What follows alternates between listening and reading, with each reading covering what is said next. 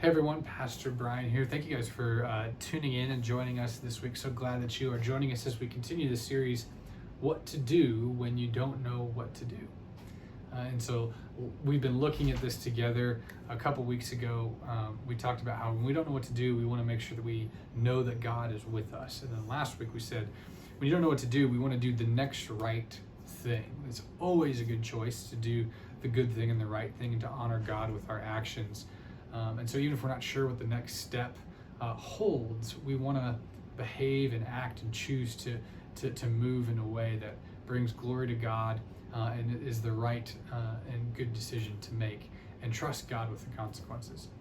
This week, we're going to be continuing that series. And as I was preparing for this message, I was reminded of something that used to frustrate me to no end when I used to be, or I really still am, but when I was in school. It doesn't really happen as you get in school when you get older so much, but particularly like in elementary school, middle school, sometimes high school too. You ever get given busy work?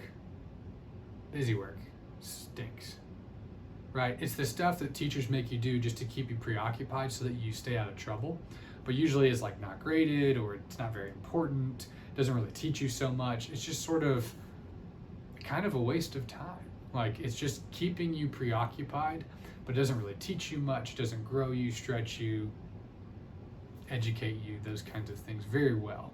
And so for me, busy work always felt pretty pointless. I didn't like teachers that gave a lot of busy work. I just felt like that was kind of a waste of class time. I'd rather be working on homework for other classes or doing something meaningful for the class I was in rather than doing busy work. All of us have experienced busy work in some shape or form at school before. And yeah, like I said, it just feels pointless. It feels like a waste of time. It doesn't feel like there's any purpose or significant meaning behind it. And today in our message, we're going to be talking about when life feels that way. And oftentimes when we go through life, we go through difficult circumstances. And when life gets hard and feels overwhelming, sometimes I find myself asking, God, why? Like, what's the point of this? Why are we going through such difficult times right now? In the season of COVID-19, where every school is doing, their own thing, and sometimes some people are going to be virtual for the foreseeable future of schools. Some people are going back in person. Some people get the choice. Why? Why all the confusion? Why all the uncertainty? Why this virus that's going on that has people scared and anxious and sick? And you got people that think it doesn't exist, and people that are terrified of it, and people are tense with each other. What's the point of all of this? Right? We all go through things in life, and sometimes they're not big world, things like a pandemic. Sometimes they're just personal things, like, God, why are my parents arguing? God, why am I going through a breakup in my relationship? God, why didn't I make the team? God, how come I study and study and study and just can't get the grades that I want? God, how come, I thought this friend was really close with me and then they just ghosted me? Why? We were friends for so long, and now what was the point of this relationship? Right? We all go through things, particularly when life gets hard. We ask that question, why? Why, God? Why is there suffering? Why is there difficulty? What's the point of these things? And today's message is trying to answer, when we don't know what to do, when life gets difficult, what now? What do we do then? And we're going to continue to look at this guy named Joseph, whose life was filled with difficulty, and yet his obedience to God can teach us so much. And that's what we've been talking about so far in this series. So as a quick reminder, Joseph was his dad's favorite son. His brothers get really jealous. They try to go kill him, and they end up selling him to slavery instead. They throw him in the bottom of a well. Talk about a moment you probably feel like life feels pointless right now. You're stuck at the bottom of a well. But then things get a little bit better. Joseph, as a slave, ends up proving his worth and value because God's blessing him, because he's faithful to God, even through these hardships. And he ends up becoming a pretty powerful guy for this man named Potiphar. Well, Potiphar's wife takes a liking to Joseph. She ends up lying about him and saying false accusations about him. So Potiphar ends up throwing him in prison. And so now we find Joseph, he's in prison after his brothers betrayed him. Now his bosses kind of betrayed him. And now he's in a really crappy situation again. And again, all these things, Joseph could very justifiably be upset with God. And yet, let's check out what he does. It's really, really interesting. Some wild things happen that I think can be really important for you and for me. So Joseph's in prison. He meets some people. This is kind of where the story takes off. It says, sometime later, this comes from Genesis chapter 40. Sometimes later, the cupbearer and the baker of the king of Egypt offended their master, the king of Egypt. Pharaoh was angry, and with his two officials, the chief cupbearer and the chief baker, and put them in custody in the house of the captain of the guard, in the same prison where Joseph was confined. Okay, Pharaoh is the big honcho in Egypt. He's the king. These two guys upset Pharaoh. They're thrown into prison. Happens to be the same prison Joseph's in.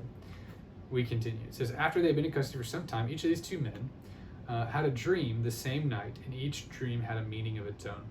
When Joseph came to them the next morning, he saw that they were discouraged. So he asked Pharaoh's officials who were in custody with him in his master's house, "Why do you look so sad today?" "We both had dreams," they answered, "but there is no one to interpret them." Listen to what he says. It says, then Joseph said to them, do not interpretations belong to God? Tell me your dreams. Okay, so there's a lot going on here. Joseph's been thrown into prison unjustly. He meets these two people who've been thrown into prison. They have these dreams that are from God, but take interpretation to understand. Joseph basically prays and talks to God and says, God, what does this mean? And he interprets it for these two men. And he's, again, just nails it 100% accurate as to what that's supposed to mean. It kind of predicts the future a little bit, and those things end up happening. Now, if everything was perfect and this was some sort of sweet fairy tale, Joseph's life would immediately improve. And things would get better because he continues to honor God and live an honorable life, even though he's been mistreated by so many people. But that's not what happens. That's not how life works, is it? Instead, Joseph sits in prison for 2 more years. And then it turns out this decision pays off, because as it turns out, these two guys that Joseph met and he interprets their dreams, they end up getting released from prison before Joseph does. They go back to working for the Pharaoh, who has a dream of his own. And he's confused by this dream, doesn't know what it means. He tells some of his staff. These people overhear, the cupbearer of Pharaoh overhears, and he goes, hey, you know what? I met this guy in prison who was great at interpreting dreams. Let's go get him.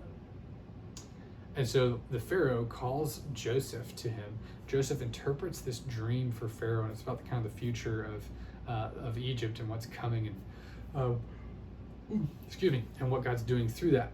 And Pharaoh is just blown away because everything that Joseph said becomes 100% true. And so Pharaoh's like, oh, this man Joseph's like a big deal. Something's different about him. Joseph goes from being thrown in prison to becoming the second in command in the entire country. He's like becomes vice president, sort of. Big deal influence over the whole country.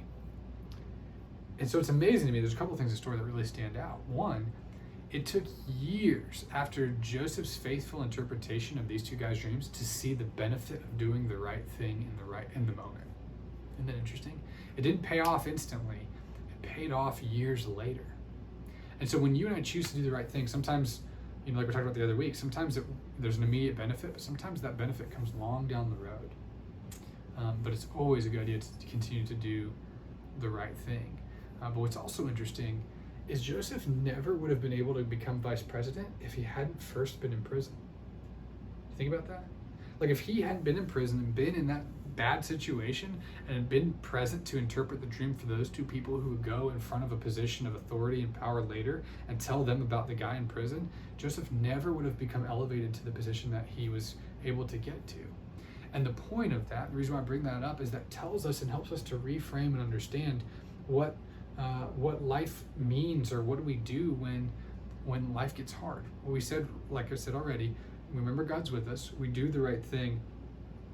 But we also need to understand that God doesn't just leave us in our pain and in our difficulties for no reason, that God is working and sometimes doing what we feel like is impossible through our hard times. And the bottom line for today is that when you don't know what to do, you remember that your problems can position you for a purpose.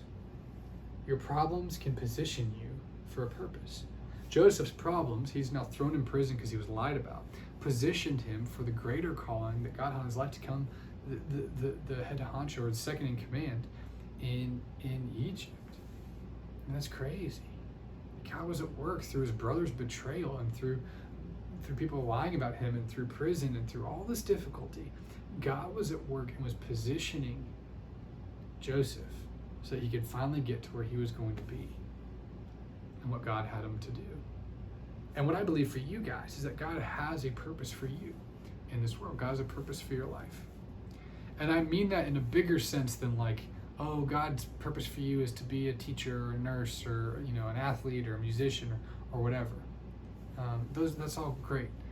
God's purpose for you is one, to be drawn to him, to worship him, to know him, to be in relationship with him, but also two, to make real, to bring present the kingdom of God here on this earth. Now, you may do that through your job, you may do that through a variety of things, but God's purpose on your life isn't just confined to what some person pays you or what your job or role is. God's purpose for you is far bigger than that. He's inviting in you into the unfolding story of God in this world, and you are invited to be a participant.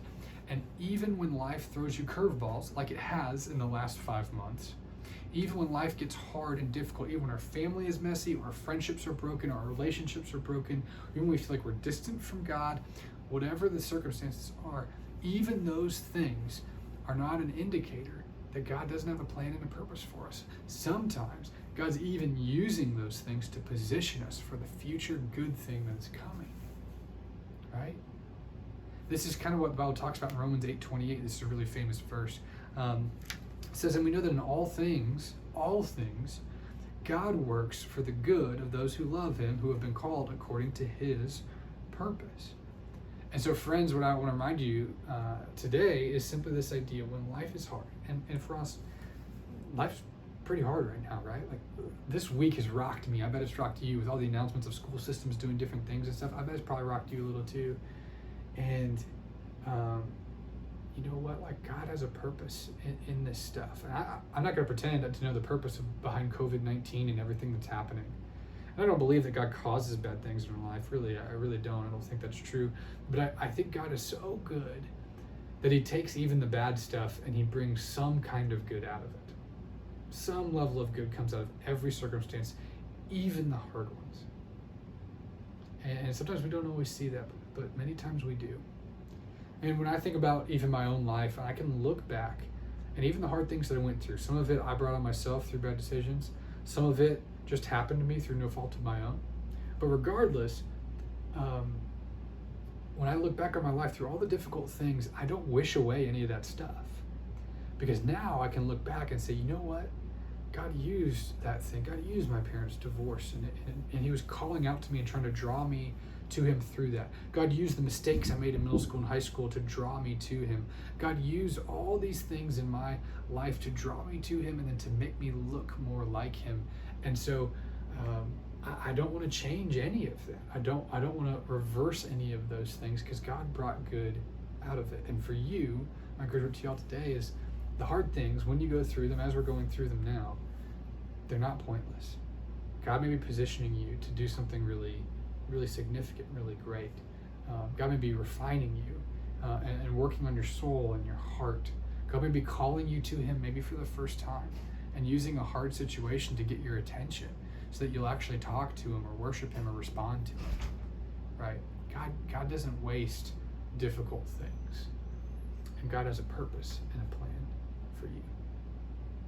So, as you head to small groups and get to talk about this a little more, I get that realizing God's purpose for your life as a middle school and high school, maybe you don't really know what that is, and that's okay. Today is not about feeling pressure to know exactly what God's purpose is for the rest of your life.